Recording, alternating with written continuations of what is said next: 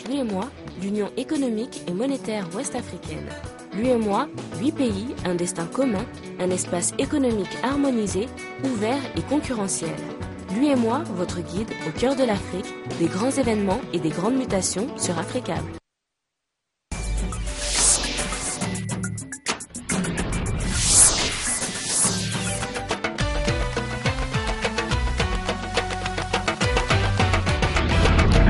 C'est un plaisir de vous retrouver pour ce rendez-vous de l'information dont voici les titres.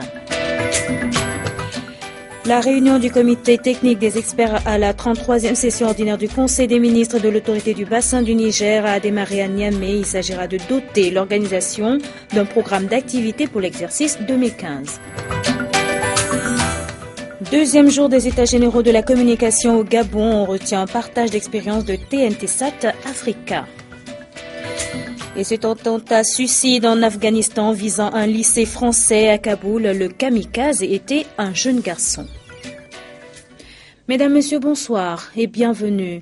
Nous ouvrons cette édition sur la Côte d'Ivoire. La Cour pénale internationale a annoncé ce jeudi que l'Ivoirien Charles Blé Goudé va être jugé pour crime contre l'humanité.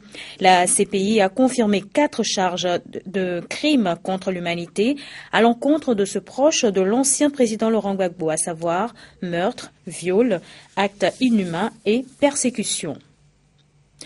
Nous poursuivons cette fois-ci avec le Niger, avec l'ouverture ce matin à Niamey de la réunion du comité technique des experts à la 33e session ordinaire du Conseil des ministres de l'autorité du bassin du Niger. Le but principal est de doter l'organisation d'un programme d'activité pour l'exercice 2015 et ainsi que d'un budget de fonctionnement afin de faire face aux importants défis. Sarki Aboubakar, Aruna Amadou. Parmi les points inscrits à l'ordre du jour, on peut citer l'examen du rapport du secrétariat exécutif et l'examen du plan de travail annuel et du budget 2015 de l'ABN. C'est dire que l'institution qui célèbre ses 50 ans nourrit de grandes ambitions pour l'avenir. Nous avons espoir que le budget, le programme de travail annuel 2015 et le budget 2015 seront adoptés par le Conseil des ministres. Cela est d'autant plus important parce qu'aujourd'hui, comme l'a dit le secrétaire exécutif et même le secrétaire général représentant le ministre, il y a des activités importantes qui rentrent dans le cadre de la mise en œuvre du plan d'action de développement durable et du programme d'investissement et qui doivent être exécutées au cours de l'année 2015. Et pour permettre au secrétaire exécutif d'exécuter, il faudra nous donner un budget qui soit à la hauteur des ambitions. La réunion de Niamey s'annonce donc décisive pour l'ABN et les populations du bassin du Niger.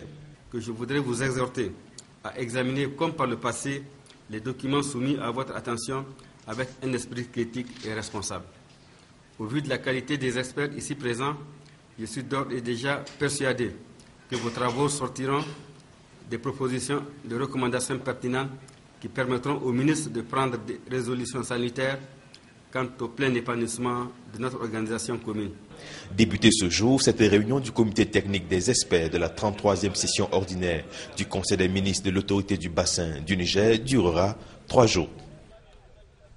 Niger toujours, c'est une visite d'entreprise qui a été initiée par la société Nigerlais SA dans le cadre de la commémoration de son 20e anniversaire.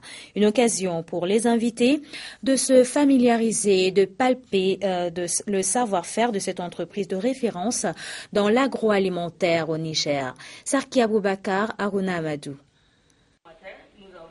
Personnel, famille du personnel, acteurs de la santé, étudiants des écoles publiques et privées, tous ont reçu de la présidente directrice générale de Nigerlais SA des éléments d'éclaircissement sur le fonctionnement, la transformation des produits, mais également les normes d'hygiène et de sécurité. Dieu seul sait combien d'embûches il y a eu sur mon parcours qui sont allés à des niveaux très profonds. Mais je n'ai pas baissé les bras parce que mon ambition était de mettre à la disposition de la population nigérienne et du Niger un outil qui va en faire une valeur, une référence. Nous voulons que le monde entier sache que Nigerlais SA, depuis sa création, a maintenu le cap dans le cadre de la fabrication des produits haut de gamme, de qualité et très hygiéniques. Donc c'est pour cela que nous sommes vraiment, à la date d'aujourd'hui, dire que nous avons un satisfecit vraiment très confortable. Entreprise certifiée ISO 9001, Nigerlait SA s'affirme aujourd'hui comme une référence dans l'agroalimentaire au Niger. La visite guidée et les projections ont permis aux invités de se faire leur propre opinion. Je dirais tout d'abord que c'est très instructif. Et ensuite, la visite a été fructueuse parce que nous avons pu voir comment se passe la fabrication des produits Nigerlait. Donc en fait, c'est quelque chose de vraiment bien. On peut se permettre de dire que c'est du bon produit et que tout le monde peut se permettre de les utiliser. Vraiment, on a constaté qu'il y a trop l'hygiène. Et puis, les équipes ont été aptes. La visite m'a aidé à savoir encore beaucoup plus et à avoir encore beaucoup plus confiance. 20 ans d'existence, mais surtout 20 années de valorisation du savoir-faire africain. Au Mali, une cérémonie de baptême de salle de conférence de l'Agence nationale de l'aviation civile a eu lieu cet après-midi à Sénou. Il s'agissait donc d'un hommage rendu au premier directeur de l'aviation civile au Mali. Plus de détails avec Fatoumata Togola, Cheikh Tidiane Koulibaly, commentaire Djibrila Maïga. C'est un événement de reconnaissance et d'hommage que le Mali vient de rendre à feu Moussa Maïga, qui durant toute sa carrière au service de l'État, dont 17 ans passés à la direction de l'aviation civile, a servi son pays avec dévouement et abnégation. Une salle polyvalente porte désormais son nom. Feu Moussa Maïga. Cette cérémonie hautement symbolique me réjouit à plus d'un titre, car il s'agit de magnifier un homme qui a passé toute sa vie durant au service de l'aviation civile. Oh, cher Moussa Maïga, dormez en paix. Vous avez été un pionnier. Vous vous êtes sacrifié pour donner à l'aviation civile ces lettres de noblesse. Votre exemple et votre amour doivent inspirer la jeunesse actuelle. Nous sommes fiers aujourd'hui de suivre vos pas et de faire en sorte que votre héritage soit capitalisé. Premier directeur de l'aviation malienne et grand visionnaire, il entrevoit les difficultés de l'aéroport de Hamdalaï et qui ne peut plus s'adapter à l'évolution des pistes et des aéronefs. Feu Moussa Maïga a été à l'origine de la construction de l'aéroport Bamako-Sénou, excentré par rapport à la ville. Je dirais sans prétention que Moussa Maïga nous aura insufflé sa passion du transport aérien que nous devons vaillamment porter. Convenez avec moi qu'après une carrière professionnelle pleinement aéronautique, cet acte symbolique n'est que modeste pour reconnaître à l'homme ce qu'il aura valu. Il avait un grand amour pour son pays qu'il avait à représenter dans les instances internationales de l'aéronautique civile. Ce jour, 11 décembre 2014, ses efforts et son travail bien accompli sont récompensés par le choix de son nom pour cette salle de conférence. Nous remercions encore très sincèrement les autorités maliennes à travers Monsieur le ministre Koumaré et particulièrement le directeur général de l'ANAC. Rappelons que c'est grâce à ce brave homme que le Mali a pu bénéficier des bourses de formation de personnel technique aéronautique dans tous les domaines et dans plusieurs pays du monde. Direction le Gabon à présent, en attendant les conclusions des États généraux de la communication qui interviennent demain avec la fin du rendez-vous organisé au nord de Libreville. Quelques communicateurs gabonais se prononcent sur l'exercice du métier au Gabon et leurs attentes sur le nouveau code de communication en élaboration. On écoute donc certaines réactions au micro d'Ismaël Obionzé. C'est un grand pas dans la lutte pour la liberté de la presse. Parce qu'une fois adopté, un journaliste ne pourra plus aller en prison pour délit de presse. Il pourra y aller toutefois pour un délit de droit commun qui n'aurait aucun rapport avec l'exercice de son métier. C'est déjà un avantage énorme parce que cet avantage-là, nous le recherchons, je peux vous dire, depuis plus de 10 ans. Le deuxième avantage, c'est que ce nouveau code pose les bases et les principes de l'organisation de notre secteur d'activité en matière de formation, en matière de renforcement des capacités en matière de responsabilité sociétale. J'espère que la présence du chef de l'État, comme je l'ai dit ailleurs, va changer les choses, va faire en sorte que ce que nous faisons aujourd'hui, les travaux que nous avons entamés il y a quelques jours, vont finir par payer pour que les conditions de travail et toutes les revendications des communicateurs en général soient prises en compte pour des programmes efficients sur nos différentes chaînes de télé et de radio. Dans la phase préparatoire, on a mis en place des commissions. Des commissions ont été mises en place. L'une chargée de réfléchir sur le cadre institutionnel, juridique, législatif et réglementaire. Ça veut dire que cette commission devait plancher ou devait réfléchir sur tous les aspects relatifs à l'encadrement de la liberté de la presse. Commencer par le code de la communication. Ce code doit être de plus en plus répressif, ou il doit de plus en plus pas être liberticide mais libéral. C'est une question à laquelle les participants à ces assises devraient répondre.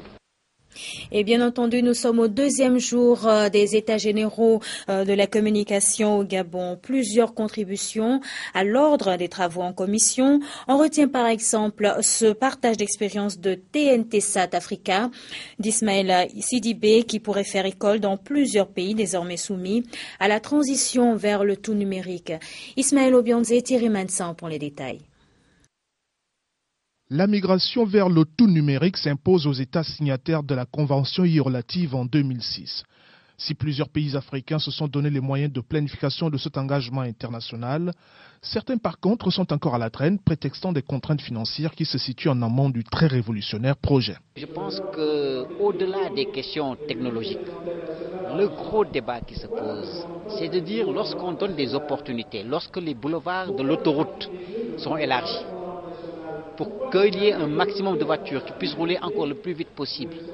Qu'est-ce que nous, Africains, dans chacun des pays et ensemble, nous faisons pour qu'il y ait des voitures africaines et là, dans le cas d'espèce, des contenus africains. Pour que dans nos foyers, lorsque les gens peuvent recevoir 300, 400 chaînes, ils puissent recevoir parmi ces 300, 400 chaînes, une vingtaine, une trentaine, une cinquantaine de chaînes africaines qui correspondent beaucoup plus à leurs valeurs, à leurs attentes et à leur vécu. Pourtant, il est clair que l'Afrique éprouve de plus en plus le besoin d'une télévision qui colle à ses aspirations.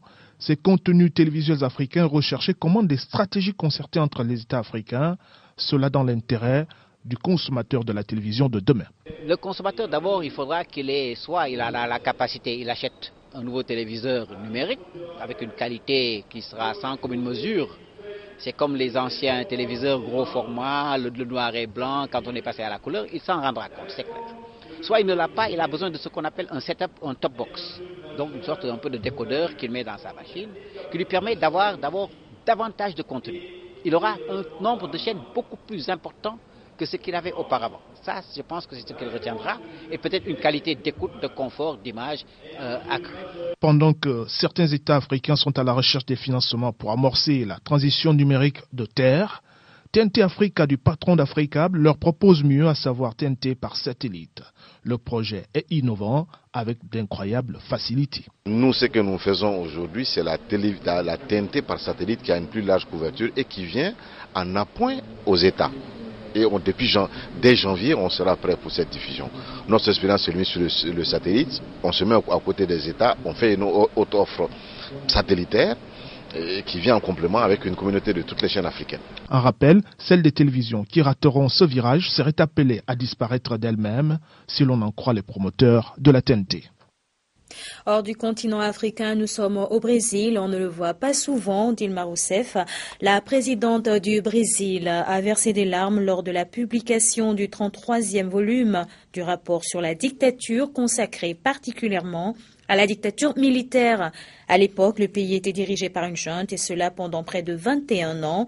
Dilma Rousseff avait personnellement subi les épreuves de torture en cette période. Nous l'écoutons. Les victimes de la dictature méritent de connaître la vérité.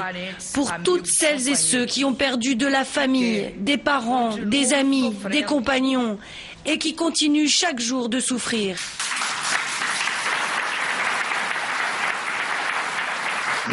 qui continue aujourd'hui de souffrir comme si elle mourait de nouveau chaque jour. Et cet acte terroriste en Afghanistan, un institut français à Kaboul a été la cible d'un attentat suicide ce jeudi et c'est le lycée français qui a été visé au cours de cette attaque perpétrée par un kamikaze et ce kamikaze était un adolescent. La nuit est tombée sur Kaboul et impossible d'approcher du lycée français Istiklal. Un peu plus tôt, à 17h locale, ce jeudi, un kamikaze s'est fait exploser parmi le public de l'Institut français, hébergé dans le même complexe au centre de la capitale afghane. J'étais avec ma famille, on assistait à la pièce dans l'auditorium et soudain, il y a eu une terrible explosion. Dieu merci, ma famille n'est pas blessée, mais beaucoup de mes amis le sont et on les a emmenés à l'hôpital. Une représentation théâtrale avait lieu, celle de la pièce Battement de cœur par la troupe afghane Asdar. Les talibans ont revendiqué cet attentat auprès de plusieurs journalistes. Lycée et centre culturel français avait fermé entre 1983 et 2002, puis avait rouvert après la chute du régime taliban. Le bilan de l'attaque est encore imprécis. Depuis Paris, Laurent Fabius, le ministre français des Affaires étrangères, parle de plusieurs morts et de nombreux blessés, mais il n'y aurait pas de Français. Le matin même, un attentat contre un bus de soldats afghans a tué 6 personnes dans un quartier excentré de la capitale. En Cisjordanie, de violents affrontements ont opposé des jeunes à des forces de l'ordre ce jeudi. Ces incidents surviennent au lendemain de la mort d'un ministre palestinien au cours d'une manifestation ce mercredi. Et les obsèques de l'autorité se sont déroulées ce jeudi dans une atmosphère assez tendue. La cérémonie a commencé à la Moukata, le siège de l'autorité palestinienne. De véritables funérailles d'État ont été réservées à Ziad Abou Aïn, mort la veille après un accrochage avec l'armée israélienne. Mahmoud Abbas, président de l'autorité palestinienne, a décrété 3 jours de deuil dans les territoires. Les commerces sont fermés. À Ramallah, on parle de meurtre. C'est un acte criminel, avec des intentions évidentes. La mort du ministre Ziad Abou Aïn est clairement un crime. Quand nous sommes allés à Tourmoussaïa, c'était pour planter des oliviers sur une terre qui est menacée d'annexion. Des milliers de Palestiniens ont donc accompagné jusqu'au cimetière cette figure de la résistance chargée précisément de la colonisation. La polémique se poursuit entre les responsables des deux camps. Sur la base du rapport d'autopsie réalisé conjointement, les Palestiniens affirment que le ministre est mort sous les coups des soldats et le gouvernement envisage sérieusement la rupture de la coopération sécuritaire avec Israël. Côté israélien, on préfère parler d'un accident cardiaque et on cherche l'apaisement. Mais la tension est à un niveau record dans les territoires. Ce jeudi, à nouveau, des accrochages ont éclaté entre jeunes et soldats israéliens. Et par rapport toujours à la Palestine, une motion symbolique vient d'être adoptée par les députés en faveur de cet État de Palestine. Les parlementaires demandent à leur gouvernement de reconnaître officiellement l'État de Palestine indépendant. Notons que c'est un vote qui intervient à l'issue de ceux des députés britanniques, espagnols et français. Mais fin à cette édition. Merci à vous tous de votre fidélité. Très bonne suite de programmes sur Africable Télévision.